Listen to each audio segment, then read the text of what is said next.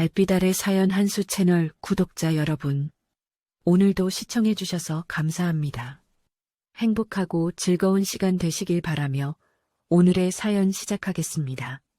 서울 강남 아침 햇살이 유리 외벽을 타고 흐르는 고급 헬스클럽 바디 에이스는 오늘도 여느 때와 다름없이 분주합니다. 수십억 원을 들여 꾸민 이곳은 단순한 운동시설이 아니었죠. 유명 연예인들과 기업 임원들이 드나드는 강남에서도 손꼽히는 프리미엄 헬스장이었습니다. 최신식 운동기구들이 일렬로 늘어서 있고 한쪽 벽면을 가득 채운 거울은 회원들의 움직임 하나하나를 비춰냅니다. 천장에서 쏟아지는 간접 조명은 공간 전체를 따뜻하면서도 세련된 분위기로 물들이고 있었어요. 이곳에서 이서연은 이미 전설처럼 여겨지는 인물이었습니다. 40살의 그녀는 707특임단 출신이라는 소문과 함께 단단하게 다져진 몸매와 침착한 말투로 회원들 사이에서 신뢰를 쌓아왔죠. 그녀가 교정해주는 동작은 정확했고 그녀의 조언은 언제나 적중했습니다. 회원들은 서연을 단순한 트레이너가 아닌 자신들의 한계를 넘어서게 도와주는 멘토처럼 따랐어요. 특히 여성 회원들은 그녀의 단호하면서도 따뜻한 카리스마에 매료되어 있었죠. 오전 11시 서연은 30대 초반의 여성 회원과 함께 스쿼트 자세를 점검하고 있었습니다. 무릎이 발끝보다 앞으로 나가지 않게 주의하세요. 그래야 무릎 관절에 무리가 가지 않습니다.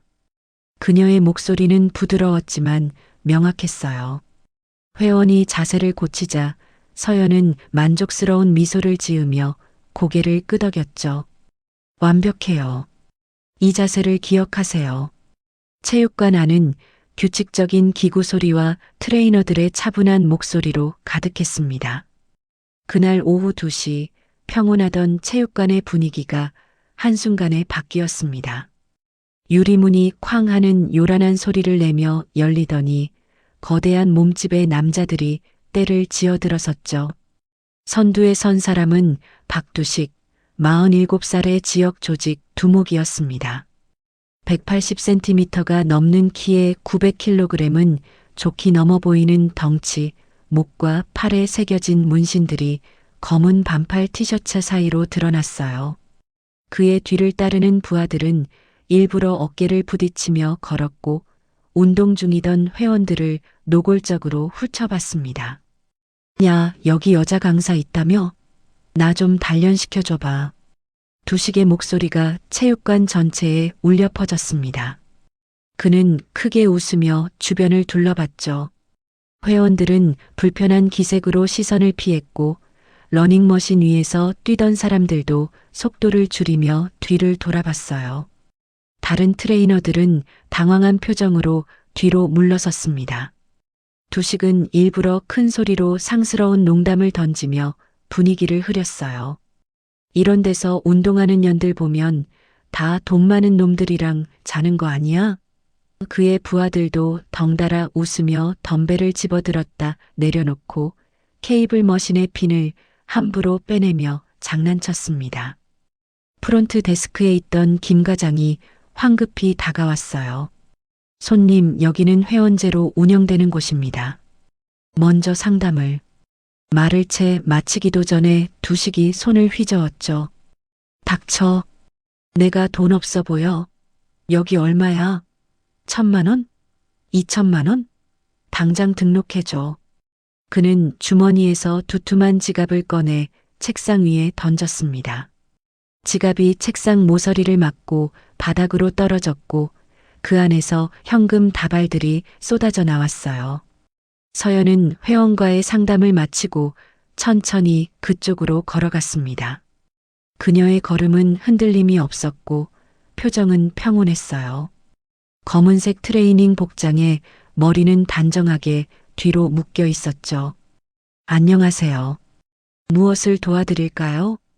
서연의 목소리는 차분했지만 그 안에는 단호함이 깔려 있었습니다. 두식은 그녀를 위아래로 훑어보며 비웃듯 말했어요. 오, 소문대로 몸매 하나는 끝내주네. 군대 출신이라며? 이런 몸 어떻게 만드는 거야? 나도 좀 가르쳐 줘봐. 그의 시선은 노골적으로 그녀의 신체를 훑었습니다. 서연은 미소를 유지하며 대답했어요. 정확한 운동과 절제입니다. 그런데 죄송하지만 회원이 아니신 분들은 출입이 제한되어 있습니다.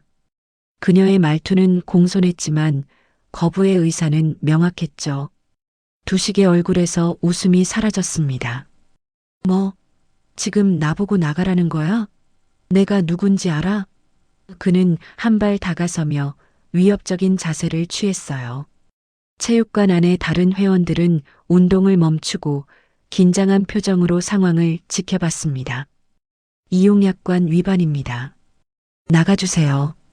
서연의 목소리는 한 톤 낮아졌습니다. 그녀는 여전히 침착했지만 그 침착함 속에는 단단한 의지가 담겨 있었어요. 그 순간 두식이 갑자기 그녀의 왼쪽 팔을 거칠게 움켜잡았죠. 손 한 번 대봤다고 군대처럼 명령할 거야? 여자 주제에? 그의 소나기에는 힘이 들어갔고 서연의 팔에 붉은 자국이 생겼습니다. 체육관 안의 공기가 순식간에 얼어붙었어요. 운동 중이던 회원들이 움직임을 멈췄고 누군가는 숨을 죽였죠. 트레이너 몇 명이 다가서려 했지만 두식의 부하들이 앞을 가로막았습니다. 서연은 잡힌 팔을 내려다보다가 천천히 고개를 들어 두식의 눈을 똑바로 바라봤습니다. 그녀의 눈빛이 변했어요.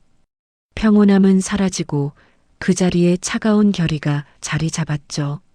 여긴 전장이 아닙니다. 그녀의 목소리는 낮고 단단했습니다.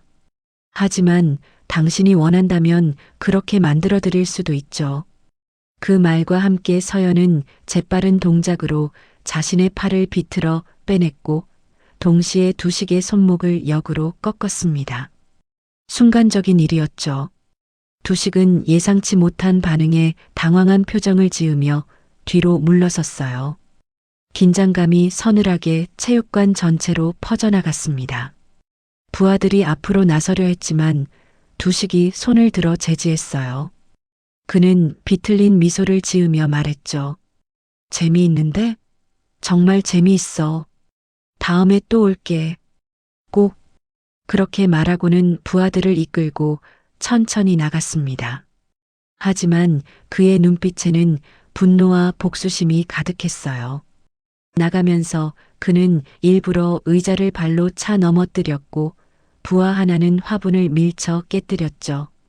유리문이 쾅 하고 닫히고 나서야 회원들은 안도의 한숨을 내쉬었습니다. 서연은 깊게 숨을 들이마시며 팔의 붉은 자국을 내려다봤어요. 폭풍 전의 고요함, 그녀는 이것이 시작에 불과하다는 걸 본능적으로 알았습니다. 그날 저녁 해가 지고 강남의 네온 사인들이 하나둘 켜지기 시작할 무렵 바디 에이스의 분위기는 여전히 무겁게 가라앉아 있었습니다. 오후에 있었던 일은 순식간에 헬스장 전체에 퍼졌고 저녁 시간대 회원들조차 그 이야기를 들은 듯 불안한 표정을 감추지 못했어요. 프론트 데스크의 김 과장은 계속해서 전화를 받느라 정신이 없었죠. 네, 괜찮습니다. 안전하게 운영되고 있으니 걱정하지 마세요. 하지만 그의 목소리에는 확신이 없었습니다. 서연은 저녁 8시까지 예정된 개인 레슨을 모두 소화했어요. 그녀는 평소와 다름없이 회원들을 지도했지만 동료 트레이너들은 그녀를 바라보는 시선이 조심스러웠습니다. 라커룸에서 옷을 갈아입으며 옆 트레이너인 민지가 걱정스러운 목소리로 말을 건넸어요. 선배님 괜찮으세요? 그 사람들. 소문 들어보니까 진짜 위험한 사람들이래요. 경찰에 신고하는 게 어때요? 서연은 수건으로 땀을 닦으며 고개를 저었습니다. 아직은 괜찮아요.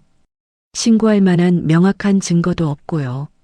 하지만 서연의 예상은 빗나갔습니다. 그날 밤 10시가 조금 넘은 시각 헬스장이 문을 닫기 직전에 다시 그들이 나타났어요. 이번에는 낮보다 더 많은 인원이었죠. 박두식과 함께 7명의 부하들이 들어섰고 그들 중 몇몇은 술에 취한 듯 비틀거렸습니다. 두식의 얼굴은 붉게 상기되어 있었고 눈빛은 낮보다 훨씬 더 공격적이었어요. 야, 불 다 꺼. 영업 끝났으면 나가라고 해. 그는 남아있던 회원 2명을 향해 소리쳤습니다. 운영팀장인 박 실장이 황급히 나와 상황을 수습하려 했어요. 손님, 이러시면 곤란합니다. 지금 경찰을. 말을 채 마치기도 전에 두식이 그의 멱살을 잡았죠. 경찰? 경찰 부르면 내가 먼저 다칠 건데? 그의 협박에 박 실장은 얼굴이 새하얗게 질렸습니다. 부하들은 체육관 곳곳을 돌아다니며 기물을 훼손하기 시작했어요. 한 명은 러닝머신의 디스플레이를 주먹으로 내리쳤고 다른 한 명은 덤벨을 바닥에 던져 마룻바닥에 금이 가게 만들었습니다. 서연은 사무실에서 그날의 업무를 정리하고 있었는데 밖에서 들려오는 소란에 재빠르게 밖으로 나왔어요. 체육관은 이미 아수라장이 되어 있었습니다. 요가 매트는 찢겨져 있었고 벽에 걸린 액자들은 바닥에 떨어져 깨져 있었죠. 두식은 한가운데 서서 팔짱을 낀 채 서연을 기다리고 있었습니다. 왔네, 우리 여장군님. 낮에 나한테 한 거 기억나? 오늘은 제대로 가르쳐 줄 거야. 회원들의 안전을 위해 모두 밖으로 나가주세요. 서연은 남아있던 직원들과 회원들을 향해 침착하게 말했습니다. 그녀의 목소리는 떨리지 않았어요. 박 실장과 김 과장, 그리고 2명의 회원은 서둘러 밖으로 나갔고 체육관 안에는 서연과 두식 일당만 남게 되었죠. 출입문이 닫히는 소리가 묵직하게 울렸습니다. 두식은 천천히 서연에게 다가왔어요. 너 같은 년들이 제일 거슬려. 잘난 척하면서 남자들 무시하고 다니잖아. 군대 나왔다고? 707 나왔다고? 그게 뭐 대수야? 그는 침을 뱉으며 비웃었습니다. 부하들이 서연을 둘러싸기 시작했어요. 그들의 눈빛에는 가학적인 즐거움이 담겨 있었죠. 한 명이 뒤에서 서연의 어깨를 밀었고 다른 한 명은 앞에서 그녀의 길을 가로막았습니다. 당신들, 지금 폭행죄와 재물손괴죄를 저지르고 있다는 거 알고 있나요? 서연은 여전히 침착했습니다. 그녀는 주변을 재빠르게 살폈어요. 천장의 CCTV 카메라 위치, 가장 가까운 출구, 무기로 쓸 수 있는 물건들의 위치를 순간적으로 파악했죠. 군에서 배운 습관은 여전히 몸에 배어 있었습니다. 두식이 갑자기 옆에 있던 벤치프레스 바벨을 들어 올렸어요. 20kg짜리 원판이 양쪽에 끼워진 바벨은 상당한 무게였죠. 그는 그것을 서연의 머리 위로 치켜들었습니다. 이거 맞으면 어떻게 될 것 같아? 그의 목소리는 위협으로 가득했어요. 부하들이 낄낄거리며 웃었습니다. 하지만 두식은 실제로 내리치지 않고 일부러 서연의 옆 기둥을 향해 던졌죠. 쾅! 엄청난 소음과 함께 기둥에 금이 갔고 바벨은 바닥으로 굴러떨어졌습니다. 다음은 내 머리 위로 떨어뜨릴 거야. 7071에도 결국 여자는 여자 아니야? 두식의 조롱에 부하들이 박수를 치며 환호했어요. 그들은 계속해서 기구들을 망가뜨리고 거울을 깨뜨렸습니다. 유리 파편이 바닥에 흩어졌고 체육관은 전쟁터처럼 변해갔죠. 서연은 그 모든 것을 지켜보며 주먹을 꽉 쥐었습니다. 손톱이 손바닥을 파고들어 피가 맺혔어요. 한 부하가 서연의 뒤에서 팔을 잡으려 했습니다. 하지만 서연은 재빠르게 몸을 돌려 그의 손목을 비틀었고 다른 손으로는 그의 팔꿈치를 제압했어요. 부하는 비명을 지르며 무릎을 꿇었죠. 으악! 다른 부하들이 놀라며 한 발짝 물러섰습니다. 두식의 얼굴이 일그러졌어요. 야, 인연 혼자 못 잡아? 그는 부하 셋에게 동시에 달려들라고 명령했습니다. 서연은 깊게 숨을 들이마셨어요. 심장이 빠르게 뛰었지만 그녀의 머릿속은 차갑게 식어 있었습니다. 군에서 배운 전투 본능이 깨어나고 있었죠. 하지만 그녀는 자신을 억눌렀어요. 아직은 아니야. 정당방위의 범위를 넘어서면 안 돼. 그녀는 두식을 똑바로 쳐다보며 조용히 그러나 또렷하게 말했습니다. 당신 지금 후회하게 될 겁니다. 제가 보장하죠. 두식은 비웃었지만 그 순간 그의 눈빛에 미세한 불안감이 스쳤어요. 서연의 눈빛에는 흔들림이 없었고 오히려 그 침착함이 더 섬뜩하게 느껴졌습니다. 다들 나가. 두식이 갑자기 명령했죠. 오늘은 이 정도로 좋게. 어차피 이 헬스장 망하는 건 시간 문제니까. 그는 마지막으로 침을 바닥에 뱉고는 부하들을 이끌고 나갔습니다. 문이 닫히고 체육관에는 서연 혼자만 남았어요. 그녀는 무너진 체육관을 둘러보며 천천히 무릎을 꿇었습니다. 손이 떨렸죠. 분노 때문인지 아니면 억눌린 감정 때문인지 알 수 없었습니다. 다음 날 아침 바디 에이스는 전날 밤의 상처를 그대로 안고 있었습니다. 깨진 거울 조각들이 아직 바닥에 남아 있었고 부러진 기구들은 한쪽 구석에 쌓여 있었어요. 운영팀장 박 실장은 새벽부터 출근해 피해 규모를 확인하고 있었죠. 그의 손에 든 체크리스트는 점점 길어졌습니다. 러닝머신 3대 파손, 벤치프레스바 2개 휘어짐, 대형 거울 5장 파손, 바닥 마감재 교체 필요. 대충 계산해도 수천만 원의 피해액이었어요. 오전 9시 긴급 직원회의가 소집되었습니다. 회의실에는 운영진과 트레이너들이 모여 앉았고 분위기는 무겁게 가라앉아 있었어요. 센터장인 최 부장이 먼저 입을 열었습니다. 어젯밤 일로 회원 12명이 이미 환불을 요청했습니다. 그리고 오늘 예약된 상담 8건이 모두 취소됐고요. 그의 목소리는 지쳐 있었죠. 옆에 앉은 재무담당 이 과장이 보고서를 넘기며 말했어요. 이대로 가면 이번 달 매출은 전월 대비 40% 이상 감소할 것으로 예상됩니다. 문제는 소문입니다. 마케팅팀 김대리가 태블릿을 들어보이며 말했어요. 화면에는 지역 커뮤니티 게시판이 떠 있었죠. 강남 바디 에이스 조폭 출몰, 헬스장에서 폭력 사건, 회원 안전 보장 안 돼 같은 제목의 글들이 줄줄이 올라와 있었습니다. 댓글은 이미 수백 개를 넘어섰어요. 등록하려고 했는데 무섭네요. 돈 아까워서라도 안 다닐 듯. 트레이너들도 위험하겠다 같은 반응들이었죠.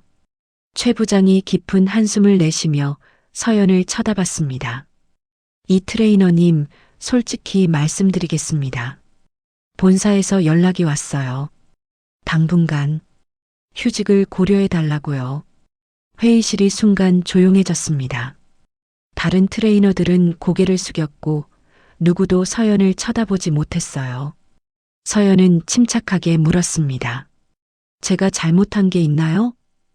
최 부장이 난처한 표호로 대답했죠. 잘못이 아니라 회사 입장에서는 사태를 진정시켜야 합니다. 그 사람들이 이 트레이너님 때문에 온 거라면 그럼 제가 나가면 해결된다는 말씀이신가요? 서연의 목소리는 여전히 평온했지만 그 안에는 서운함이 묻어났어요. 최 부장은 대답하지 못하고 시선을 피했습니다. 서연은 천천히 일어섰어요. 알겠습니다. 생각해 보겠습니다. 그녀는 회의실을 나와 자신의 락커로 향했죠. 복도를 걸으며 지나치는 직원들은 모두 어색하게 인사를 건넸고 어떤 이들은 아예 눈을 마주치지 않으려 했습니다. 락커룸에서 짐을 정리하던 서연에게 민지가 조심스럽게 다가왔어요. 선배님, 너무 억울하지 않으세요? 선배님은 아무 잘못도 안 했는데. 민지의 눈가가 붉어졌습니다. 서연은 쓸쓸하게 미소 지으며 그녀의 어깨를 두드렸어요. 괜찮아. 회사도 어쩔 수 없는 거야. 다들 먹고 살아야 하니까. 하지만 그녀의 가슴속은 분노로 끓어오르고 있었죠. 정의를 지키려다 오히려 자신이 희생양이 되는 현실이 참담했습니다. 그날 오후 상황은 더욱 악화되었어요. 박두식은 자신의 부하를 시켜 영상을 촬영했습니다. 그는 일부러 얼굴에 멍분장을 하고 팔에 붕대를 감았죠. 그리고 핸드폰 카메라 앞에서 억울한 표정을 지으며 말했어요. 저는 평범한 시민입니다. 헬스장에 운동하러 갔다가 여자 트레이너한테 폭행당했어요.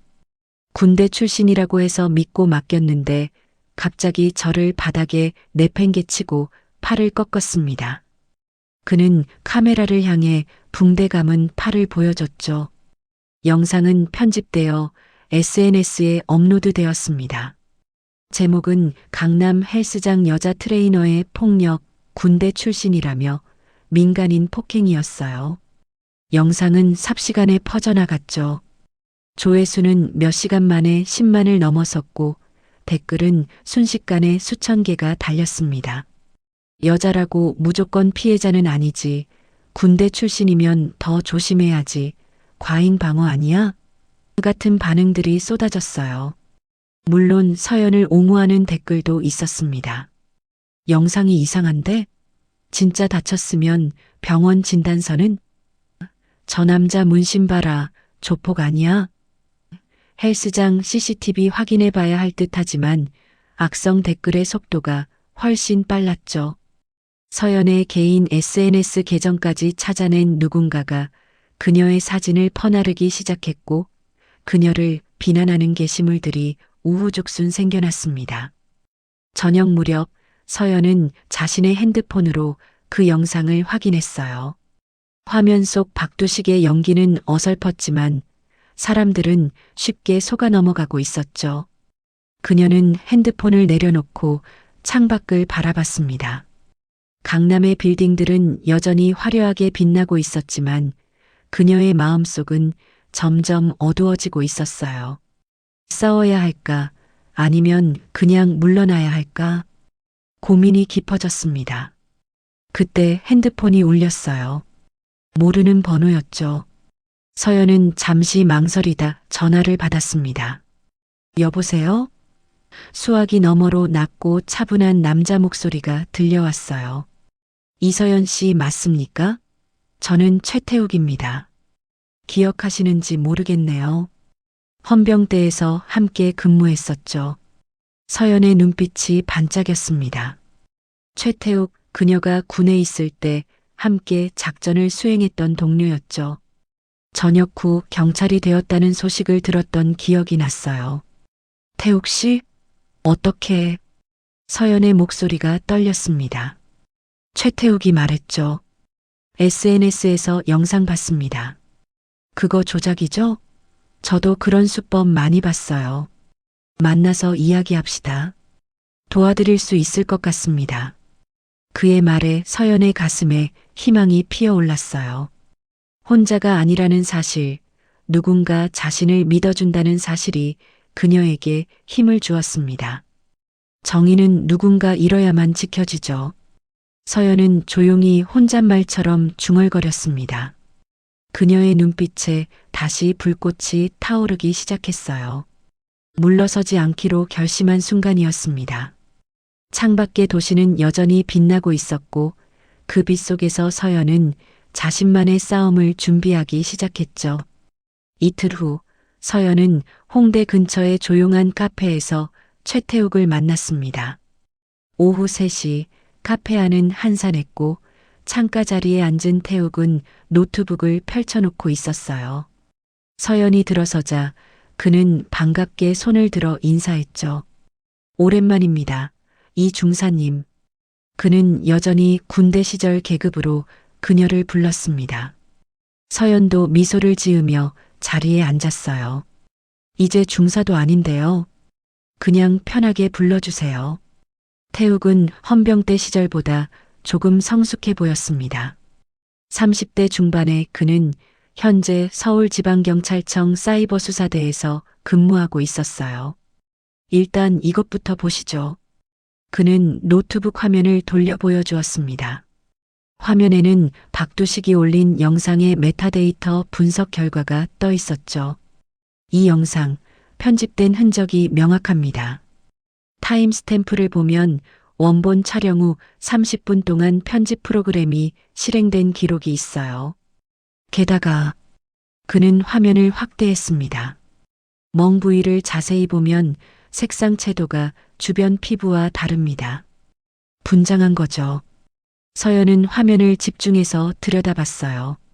하지만 이걸로 충분할까요? 사람들은 이미 저를 가해자로 보고 있는데. 태욱이 고개를 끄덕이며 말했습니다. 그래서 원본 CCTV 영상이 필요합니다. 헬스장에 설치된 카메라 영상 말이에요. 그게 있으면 누가 먼저 폭력을 행사했는지 명확히 증명할 수 있죠. 서연의 표정이 어두워졌어요. 그게 문제입니다. 회사 측에서 영상 제공을 거부하고 있어요. 사건을 키우고 싶지 않다면서요. 태욱은 잠시 생각에 잠겼습니다. 그는 커피를 한 모금 마시고는 조심스럽게 말했어요. 비공식적인 방법이 있긴 합니다만. 서연이 그의 눈을 똑바로 쳐다봤죠. 말씀해 주세요. 저는 각오되어 있습니다. 태욱이 한숨을 쉬며 말했습니다.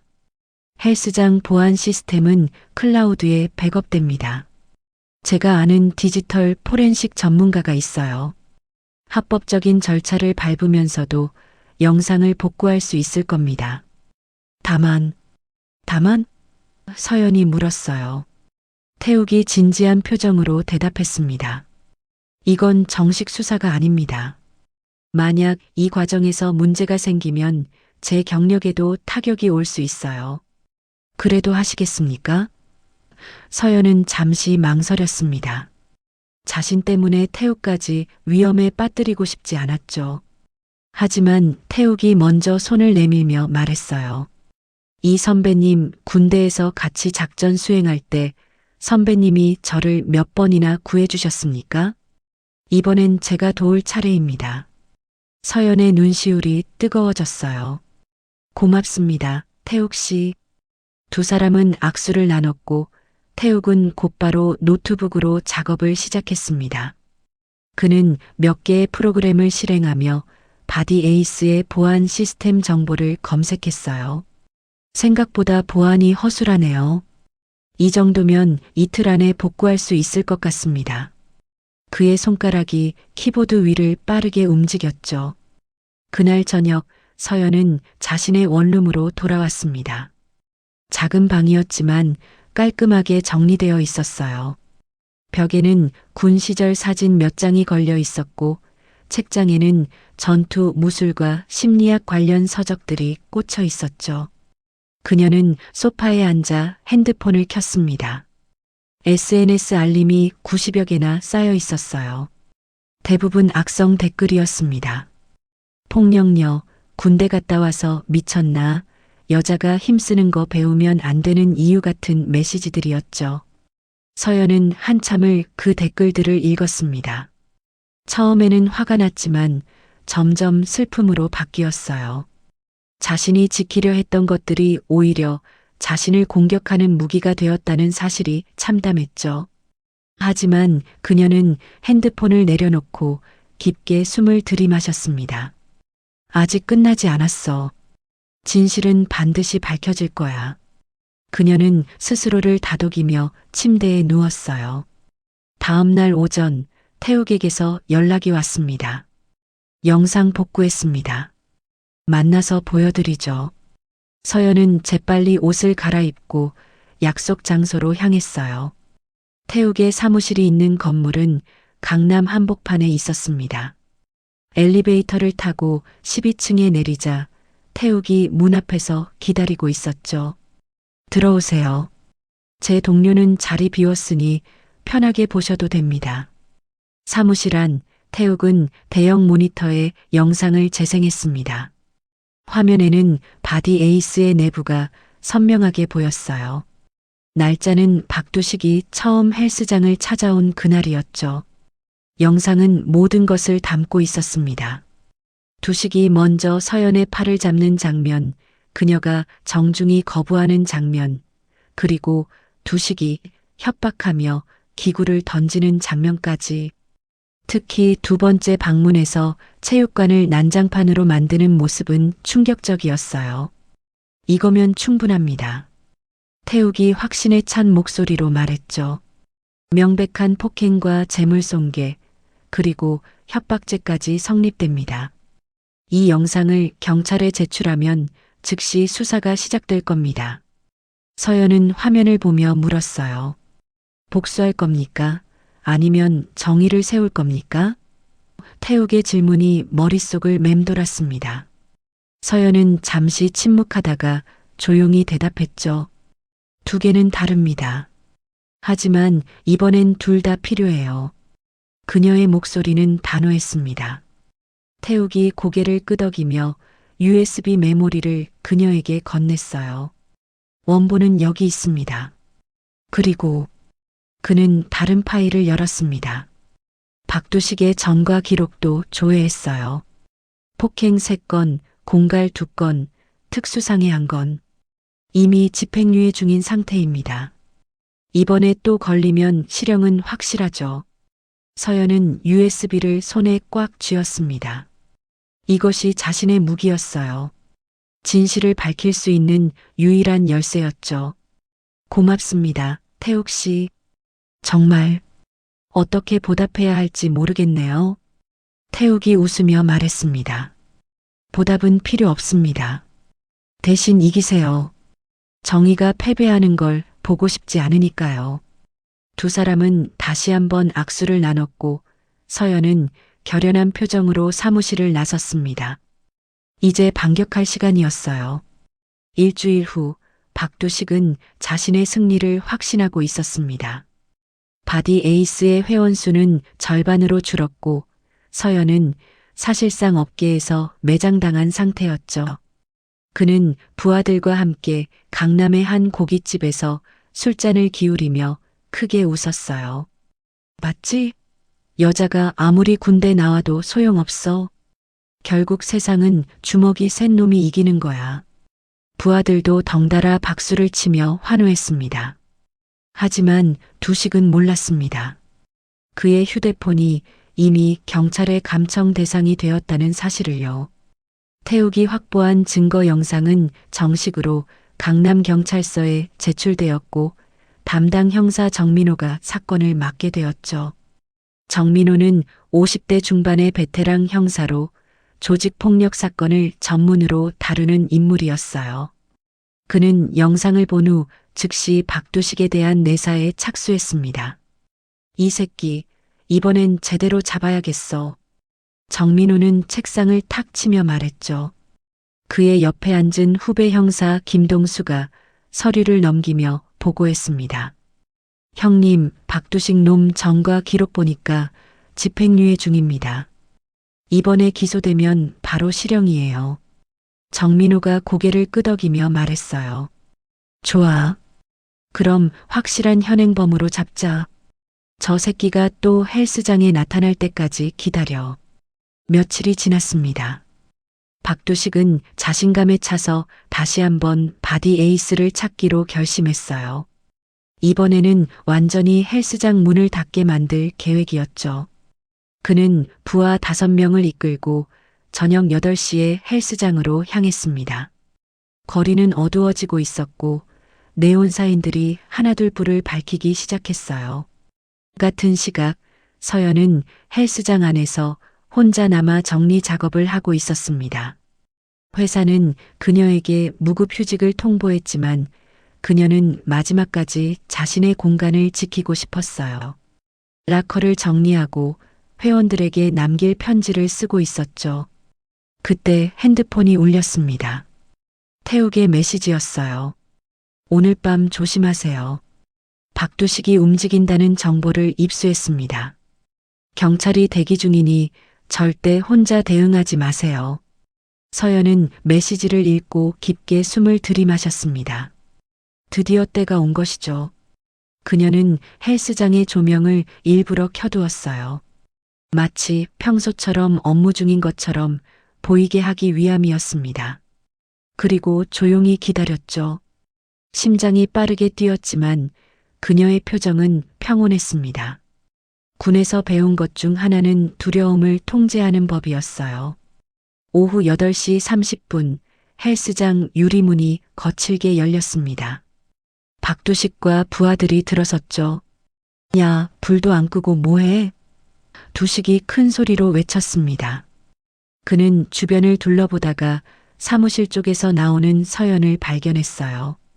오, 아직도 여기 있었네? 끈질기긴. 오늘은 진짜 끝장을 봐야겠어. 그의 목소리에는 악의가 가득했죠. 서연은 침착하게 걸어 나왔습니다. 또 오셨군요. 학습 능력이 없으신 건가요? 그녀의 말투는 여유로웠어요. 두식이 비웃으며 대답했죠. 학습? 내가 배울 건 내가 무릎 꿇는 모습뿐이야. 야, 불 꺼. 부하 하나가 전기 차단기 쪽으로 향했습니다. 찰칵 헬스장의 모든 조명이 꺼졌어요. 비상구 표시등만이 희미하게 빛을 발하고 있었죠. 어둠 속에서 두식의 목소리가 들렸습니다. 오늘은 CCTV도 소용없어. 이미 렌즈에 스프레이 뿌려놨거든. 부하들의 발소리가 서연을 향해 다가왔어요. 하나, 둘, 셋. 서연은 귀를 기울이며 그들의 위치를 파악했습니다. 어둠 속에서도 그녀의 감각은 날카로웠죠. 707에서 훈련받은 야간 전투 기술이 몸에 배어 있었습니다. 첫 번째 부하가 서연의 팔을 잡으려 했습니다. 하지만 그 순간 서연이 먼저 움직였어요. 그녀는 재빠르게 몸을 낮추며 상대의 무게 중심을 무너뜨렸죠. 쿵! 부하는 바닥에 나동그러졌습니다. 으악! 비명소리가 어둠 속에 울려 퍼졌어요.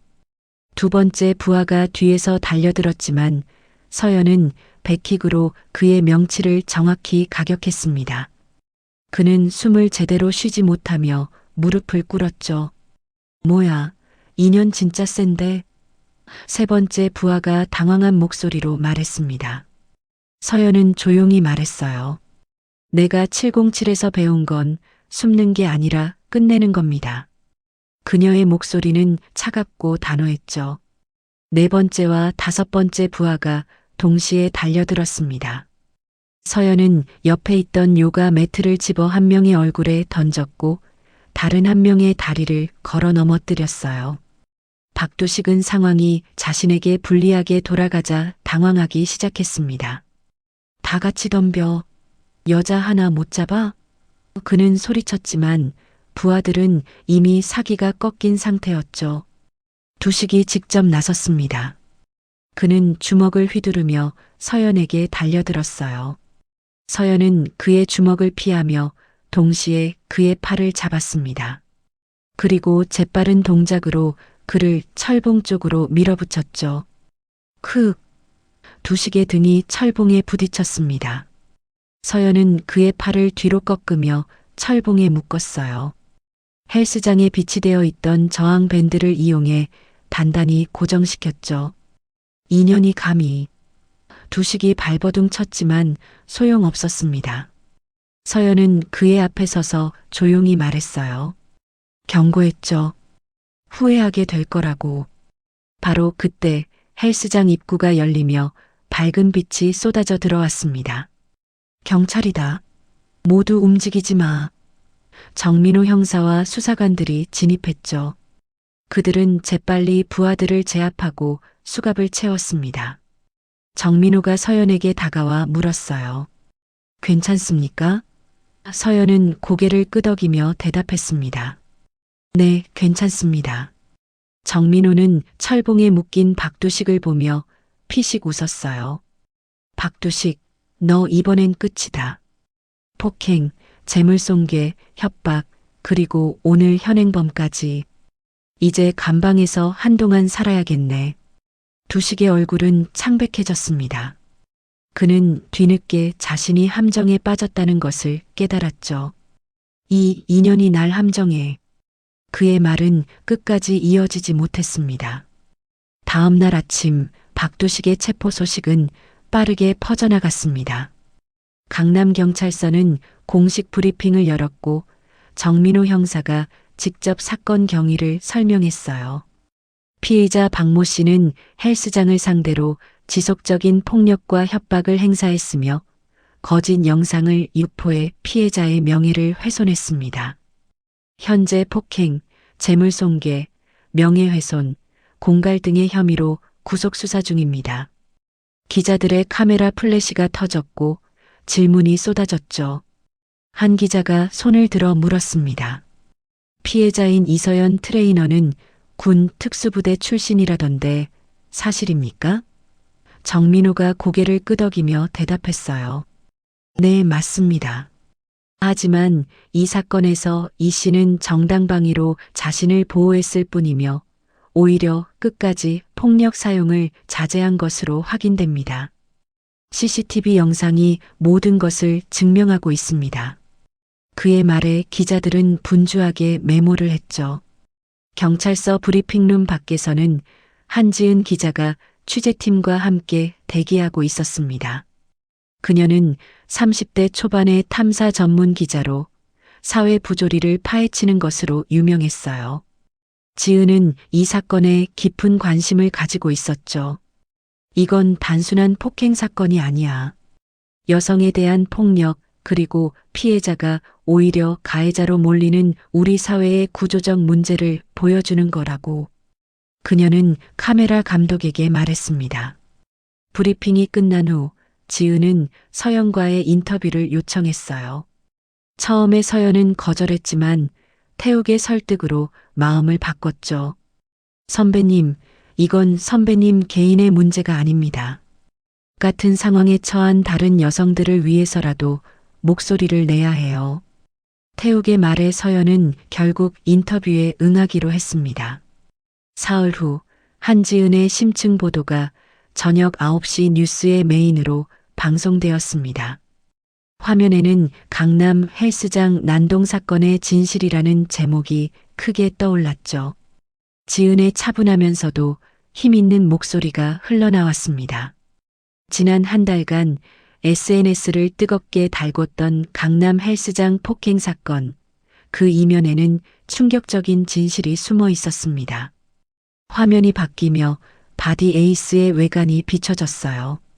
이어서 박두식이 올렸던 조작 영상과 경찰이 확보한 원본 CCTV 영상이 비교되며 나왔습니다. 두 영상의 차이는 명확했죠. 원본에서는 두식이 먼저 서연의 팔을 잡고 협박하며 헬스장을 난장판으로 만드는 모습이 고스란히 담겨 있었어요. 지은의 내레이션이 계속되었습니다.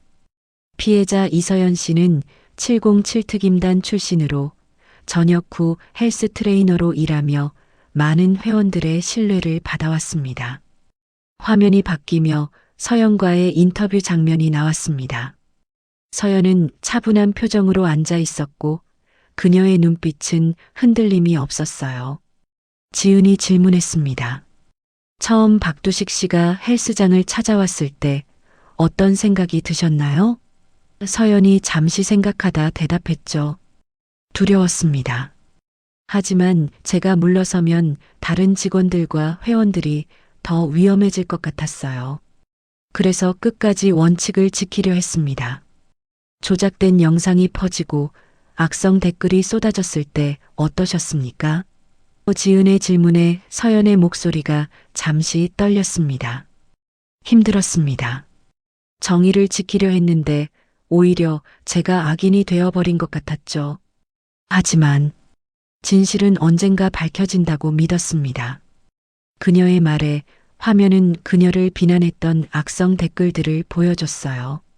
시청자들은 그 댓글들의 잔인함에 충격을 받았죠. 인터뷰 후반부 지은이 마지막 질문을 던졌습니다. 같은 상황에 처한 사람들에게 하고 싶은 말이 있다면? 서연은 카메라를 똑바로 바라보며 말했어요. 절대 포기하지 마세요. 진실은 때로 늦게 오지만 반드시 옵니다.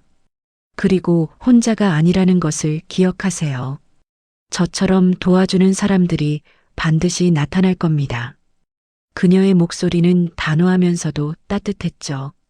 보도가 나간 후 여론이 완전히 뒤집혔습니다. SNS에는 서연을 응원하는 글들이 폭발적으로 올라왔어요. 용기 내주셔서 감사합니다. 진짜 강한 사람은 이런 거구나. 이서연 트레이너님 존경합니다. 같은 댓글들이 수만 개씩 달렸죠. 그녀를 비난했던 사람들 중 일부는 사과의 글을 올리기도 했습니다. 바디 에이스로도 변화의 바람이 불었어요. 센터장 최 부장이 서연에게 직접 전화를 걸었습니다. 이 트레이너님 정말 죄송합니다. 회사가 제가 너무 비겁했습니다. 복직해 주시겠습니까? 아니, 부탁드립니다. 그의 목소리는 간절했죠.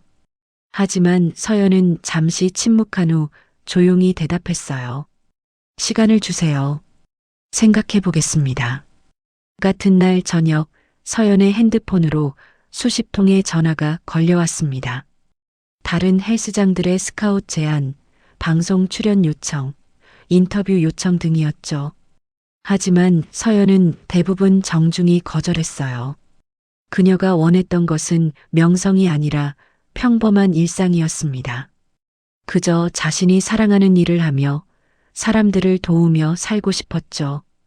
밤이 깊어갈 무렵 태욱이 축하 문자를 보냈습니다.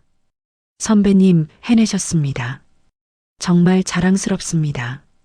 서연은 미소를 지으며 답장을 보냈어요. 고마워요, 태욱 씨. 당신이 없었다면 불가능했을 겁니다. 창밖으로는 서울의 야경이 펼쳐져 있었습니다. 화려한 불빛들 사이로 서연은 자신의 미래를 조용히 그려보았죠. 한편 구치소에 수감된 박두식은 차가운 독방 바닥에 앉아 있었습니다. 텔레비전에서 방송된 뉴스를 본 그는 머리를 감싸쥐었어요. 망했다. 완전히 망했어. 그의 목소리는 절망으로 가득했죠. 변호사는 이미 그에게 통보했습니다. 이번엔 집행유예가 불가능하며 최소 3년 이상의 실형이 예상된다고요. 그의 조직도 와해되기 시작했습니다. 부하들은 뿔뿔이 흩어졌고 그를 따르던 사람들도 등을 돌렸어요. 두식은 벽에 머리를 기대며 중얼거렸습니다. 그 여자 진짜 군인이었어. 뒤늦은 후회였지만 이미 모든 것이 늦었죠. 그는 자신이 얼마나 큰 실수를 했는지 비로소 깨달았습니다. 힘으로 모든 것을 해결할 수 있다고 믿었던 그의 오만함이 결국 그를 무너뜨린 것이었어요. 한 달 후 서울중앙지방법원 형사 12법정에는 방청객들이 가득 찼습니다. 박두식의 선고 공판이 열리는 날이었어요. 법정 안은 숨막히는 긴장감으로 가득했죠. 방청석 앞줄에는 서연이 단정한 검은색 정장을 입고 앉아 있었고 그녀의 옆에는 태욱과 한지은 기자가 자리하고 있었습니다. 뒤편에는 바디 에이스의 회원들과 직원들, 그리고 이 사건에 관심을 가진 시민들이 빼곡히 들어차 있었어요. 오전 10시 정각 모두 일어서 주십시오. 법정 경위의 목소리가 울려 퍼지며 판사가 입장했습니다. 60대 초반으로 보이는 김재호 판사는 엄숙한 표정으로 자리에 앉았죠. 피고인 박두식이 수갑을 찬 채 호송되어 들어왔습니다. 한 달 사이에 그는 많이 초췌해져 있었어요. 살이 빠진 얼굴, 굽은 어깨, 그리고 무기력한 눈빛. 예전의 오만한 모습은 온데간데 없었죠. 재판장이 서류를 펼치며 입을 열었습니다. 피고인 박두식에 대한 선고를 시작하겠습니다. 피고인은 자리에서 일어나 주시기 바랍니다. 두식은 천천히 일어섰어요. 그의 다리가 미세하게 떨리고 있었죠. 판사는 안경을 고쳤으며 판결문을 읽기 시작했습니다. 피고인은 2025년 9월 15일부터 10월 5일까지 약 3주간에 걸쳐 피해자 이서연 씨와 바디 에이스 헬스클럽을 상대로 지속적인 폭행, 협박, 재물손괴를 자행했습니다. 판사의 목소리는 차갑고 단호했어요. 특히 피고인은 거짓 영상을 제작해 SNS에 유포함으로써 피해자의 명예를 심각하게 훼손했으며 이로 인해 피해자는 직장에서 부당한 처우를 받고 정신적 고통을 겪었습니다. 방청석에서 작은 술렁임이 일었죠. 판사가 계속 이어갔습니다. 더욱이 피고인은 현재 집행유예 기간 중임에도 불구하고 재범을 저질렀으며 범행 후에도 반성의 기미를 전혀 보이지 않았습니다. 이에 본법원은 판사가 잠시 멈춰섰습니다. 법정 안의 모든 이들이 숨을 죽였어요. 피고인 박두식에게 징역 5년을 선고합니다. 쾅! 판사가 의사봉을 내리쳤죠. 방청석에서 안도의 한숨과 작은 환호가 터져나왔습니다. 두식은 그 자리에서 무릎이 꺾이며 주저앉았어요. 5년. 5년이라고? 그는 믿을 수 없다는 표정으로 중얼거렸죠. 판사가 덧붙였습니다. 또한 피고인은 피해자 이서연 씨에게 위자료 3천만 원, 바디 에이스 헬스클럽에 손해배상금 5천만 원을 지급할 것을 명합니다. 두식의 변호사는 고개를 떨구었어요. 항소할 여지가 거의 없다는 것을 알고 있었죠. 증거가 너무나 명확했고 피고인의 정과 기록과 범행 태양이 모두 불리하게 작용했습니다. 재판이 끝나고 법정 밖으로 나온 서연은 복도에서 잠시 멈춰 섰습니다. 그녀는 깊게 숨을 들이마셨어요. 긴 싸움이 드디어 끝난 것이죠. 태욱이 다가와 그녀의 어깨를 가볍게 두드렸습니다. 수고 많으셨습니다, 선배님. 정의가 승리했어요. 서연은 고개를 끄덕이며 미소를 지었어요. 고마워요, 정말. 당신이 없었다면. 한지은 기자도 다가왔습니다. 이 트레이너님, 소감 한 말씀 해주시겠어요? 그녀는 녹음기를 꺼내 들었죠. 서연은 잠시 생각하다가 조용히 말했습니다. 오늘의 판결은 저 개인을 위한 것이 아니라 부당한 폭력에 맞서 싸우는 모든 사람들을 위한 것이라고 생각합니다. 포기하지 않으면 정의는 결국 우리 편이 된다는 것을 증명했죠. 그녀의 말에 주변에 모여있던 사람들이 박수를 쳤습니다. 며칠 후 바디 에이스는 재개장 행사를 열었습니다. 헬스장은 완전히 새롭게 단장되었어요. 깨진 거울은 모두 교체되었고 망가진 기구들은 최신 모델로 바뀌었죠. 무엇보다 입구에는 새로운 현수막이 걸렸습니다. 안전하고 존중받는 운동 공간, 바디 에이스 운영진은 전 직원을 대상으로 폭력 예방 교육을 실시했고 회원 안전을 위한 새로운 규정들을 만들었어요. 재개장 첫날 서연은 다시 트레이너복을 입고 헬스장에 섰습니다. 회사는 그녀에게 진심 어린 사과와 함께 복직을 제안했고 그녀는 받아들였죠. 단 조건이 있었습니다. 직원들의 안전을 최우선으로 하는 새로운 규정을 만들고 정기적인 안전 교육을 실시할 것. 운영진은 흔쾌히 동의했어요. 오전 10시 첫 회원이 들어왔습니다. 30대 중반의 여성이었어요. 그녀는 서연을 보자마자 반갑게 인사했죠. 이 트레이너님, 뉴스에서 봤어요. 정말 멋지셨어요. 덕분에 용기를 얻었습니다. 서연은 따뜻하게 미소 지으며 대답했어요. 감사합니다. 오늘 어떤 운동을 도와드릴까요? 그렇게 일상이 다시 시작되었습니다. 점심시간이 되자 헬스장은 회원들로 북적였어요. 사건 이후 떠났던 회원들 대부분이 돌아왔고 새로운 회원들도 많이 등록했죠. 특히 여성 회원들이 크게 늘었습니다. 서연의 이야기에 감동받아 그녀에게 배우고 싶다는 사람들이었어요. 라커룸에서 한 젊은 여성 회원이 서연에게 말했습니다.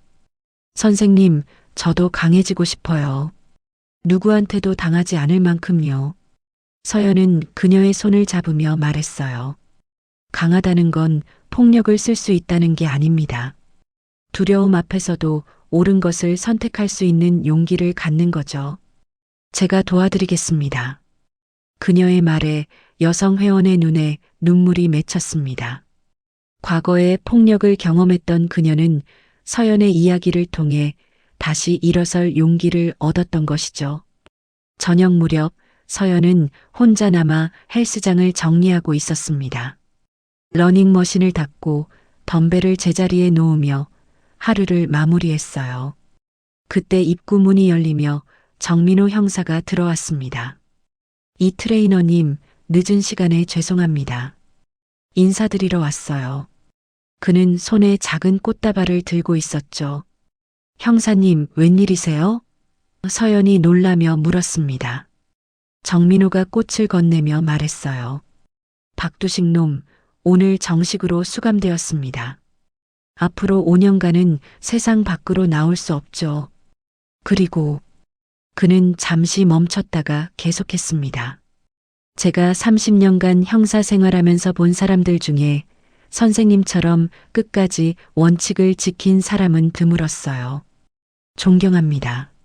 서연은 꽃을 받으며 겸손하게 고개를 숙였습니다. 저는 그저 제가 해야 할 일을 했을 뿐입니다. 정민호가 미소 지으며 말했죠. 그게 가장 어려운 일입니다. 계속 그렇게 살아주세요. 이 세상에는 선생님 같은 사람이 더 많이 필요하니까요. 그는 가볍게 경례를 하고는 헬스장을 나갔습니다. 혼자 남은 서연은 꽃다발을 들여다보며 미소를 지었어요. 긴 싸움은 끝났지만 그녀의 일상은 이제 시작이었습니다. 창밖으로는 저녁 노을이 강남의 빌딩들을 물들이고 있었죠. 서연은 창가에 서서 그 풍경을 바라보았습니다. 그녀의 마음은 평온했어요. 2달이 흐른 어느 화창한 토요일 아침, 바디 에이스는 여느 때와 다름없이 활기차게 돌아가고 있었습니다. 아침 8시부터 회원들이 하나둘 모여들었고 러닝머신 위에서는 규칙적인 발걸음 소리가 울려 퍼졌어요. 창문 너머로 들어오는 햇살은 따뜻했고 체육관 전체는 긍정적인 에너지로 가득 차 있었죠. 사건 이후 헬스장은 오히려 이전보다 더 번창하고 있었습니다. 회원 수는 600명을 넘어섰고 대기자 명단도 점점 길어지고 있었어요. 서연은 오전 9시부터 개인 레슨을 시작했습니다. 첫 번째 회원은 25살의 대학생 김소희였어요. 소희는 한 달 전 서연의 이야기를 듣고 등록한 회원이었죠. 선생님, 오늘은 데드리프트 자세 좀 봐주세요. 혼자 하니까 허리가 자꾸 아파서요. 소희가 조심스럽게 말했습니다. 서연은 그녀 옆에 서서 자세를 세심하게 관찰했어요. 소희 씨, 무릎을 조금만 더 구부려 보세요. 그리고 시선은 정면을 향하고요. 서연의 손이 소희의 어깨를 가볍게 교정했습니다. 바벨을 들어 올릴 때는 다리 힘으로 밀어 올리는 느낌이에요. 허리로 당기면 안 됩니다. 소희가 다시 시도했고 이번에는 완벽한 자세가 나왔죠. 와, 이게 맞는 느낌이네요. 소희의 얼굴에 환한 미소가 번졌습니다. 레슨이 끝난 후 소희가 물 한 모금을 마시며 조심스럽게 물었어요. 선생님, 저 궁금한 게 있어요. 그때 무섭지 않으셨어요? 저 같으면 도망갔을 것 같은데. 서연은 타월로 땀을 닦으며 잠시 생각에 잠겼습니다. 무서웠죠. 당연히. 하지만 도망치면 그 두려움이 평생 저를 따라다닐 것 같았어요. 그래서 맞서기로 했습니다. 그런 용기는 어떻게 가질 수 있어요? 소희의 눈빛은 진지했어요. 서연이 그녀의 어깨를 다독이며 말했습니다. 용기는 두려움이 없는 게 아니에요. 두려움을 느끼면서도 행동하는 거죠. 그리고 혼자가 아니라는 걸 기억하는 겁니다. 누군가는 반드시 내 편이 되어줄 거예요. 소희는 고개를 끄덕이며 감동한 표정을 지었습니다. 오후 1시 서연은 점심시간을 이용해 근처 카페에서 태욱을 만났어요. 그는 커피 2잔을 미리 주문해 놓고 기다리고 있었죠. 선배님 여기요. 태욱이 손을 흔들었습니다. 서연은 그의 맞은편에 앉으며 미소를 지었어요. 요즘 어때요? 경찰 업무는? 태욱이 커피를 한 모금 마시며 대답했습니다. 바쁘긴 한데 보람 있어요. 선배님 사건 이후로 비슷한 케이스들이 많이 접수되고 있거든요. 다들 용기를 내서 신고하는 것 같아요. 그건 다행이네요. 서연이 고개를 끄덕였어요. 태욱이 진지한 표정으로 물었습니다. 선배님은 앞으로 어떤 계획이세요? 계속 여기서 일하실 건가요? 서연은 잠시 창밖을 바라보다가 대답했죠. 아직 확실하진 않아요. 하지만 제가 경험한 것들을 다른 사람들에게 나눠주고 싶어요. 특히 폭력에 시달리는 여성들을 위한 호신술 강좌 같은 걸 열어볼까 생각 중입니다. 태욱의 눈이 반짝였어요. 좋은 생각입니다. 실제로 수요도 많을 거예요. 제가 아는 여성 단체들에 연결해 드릴까요? 서연이 감사한 표정으로 말했습니다. 그럼 정말 고맙죠. 당신은 정말. 그녀는 말을 잇지 못하고 미소만 지었어요. 태욱도 따라 웃으며 말했습니다. 우리 전우잖아요. 전우는 평생 함께하는 거죠. 오후 3시 서연은 헬스장으로 돌아와 특별한 손님을 맞이했습니다. 한지은 기자가 촬영팀 없이 혼자 찾아온 것이었어요. 트레이너님, 개인적으로 운동 좀 배우고 싶어서요. 괜찮을까요? 지은이 수줍게 물었습니다. 서연은 반갑게 맞아주었죠. 물론이죠. 어서 오세요. 두 사람은 스트레칭부터 시작했어요. 운동 중간에 지은이 말했습니다. 트레이너님 기사 나간 후에 제 인생이 바뀌었어요. 상도 받았고 승진도 했고요. 하지만 그것보다 더 중요한 건 그녀는 잠시 멈췄다가 계속했습니다. 제가 진짜 저널리즘이 뭔지 깨달았다는 거예요. 약자의 목소리를 대변하고 진실을 밝히는 것. 그게 제 역할이더라고요. 그걸 트레이너님이 가르쳐 주셨어요. 서연이 고개를 저으며 말했어요. 제가 가르친 게 아니라 기자님이 원래 가지고 있던 거예요. 저는 그냥 기회를 드린 것뿐이죠. 지은의 눈에 눈물이 맺혔습니다. 고맙습니다, 정말. 두 사람은 잠시 서로를 바라보며 미소를 나눴어요. 말이 필요 없는 순간이었죠. 저녁 6시 하루의 레슨이 모두 끝났습니다. 서연은 마지막 회원을 배웅하고 혼자 헬스장에 남았어요. 그녀는 기구들을 하나하나 정리하며 하루를 되돌아봤습니다. 지난 몇 달은 폭풍 같았죠. 폭력, 모욕, 두려움, 그리고 싸움. 하지만 그 모든 것을 이겨내고 지금 이 자리에 서 있었습니다. 문이 열리는 소리가 들렸어요. 서연이 돌아보니 20살쯤 되어 보이는 젊은 여학생이 서 있었습니다. 그녀는 조심스럽게 안으로 들어오며 말했어요. 저, 이서연 선생님 맞으시죠? 서연이 고개를 끄덕이며 다가갔습니다. 네, 맞아요. 어떻게 오셨어요? 여학생이 떨리는 목소리로 말했죠.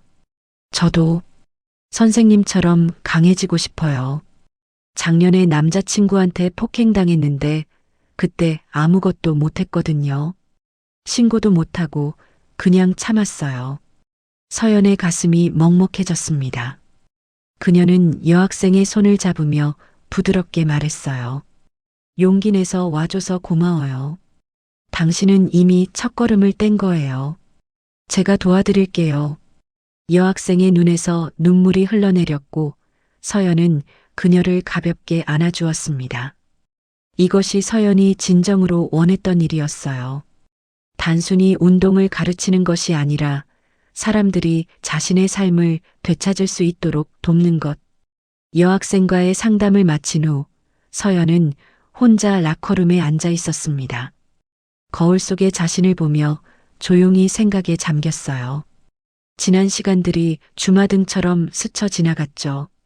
박두식의 협박, 동료들의 외면, SNS의 악성 댓글, 그리고 법정에서의 승리. 모든 순간이 그녀를 지금의 사람으로 만들었습니다. 밤 9시 서연은 헬스장의 모든 불을 끄고 마지막으로 체육관을 둘러봤어요. 깨끗하게 정돈된 기구들, 새로 교체된 거울들, 그리고 입구에 걸린 안전하고 존중받는 운동 공간이라는 현수막. 이 모든 것이 그녀의 싸움이 헛되지 않았다는 증거였죠. 서연은 만족스러운 미소를 지으며 헬스장을 나섰습니다. 밖으로 나온 서연은 강남의 야경을 바라봤어요. 화려한 불빛들이 도시를 밝히고 있었고 거리에는 여전히 많은 사람들이 오가고 있었습니다. 그녀는 깊게 숨을 들이마셨죠. 공기는 차가웠지만 상쾌했습니다. 핸드폰이 울렸고 화면에는 태욱의 메시지가 떠 있었어요. 선배님, 오늘도 수고하셨습니다. 내일 점심 같이 하실래요? 서연은 미소를 지으며 답장을 보냈습니다.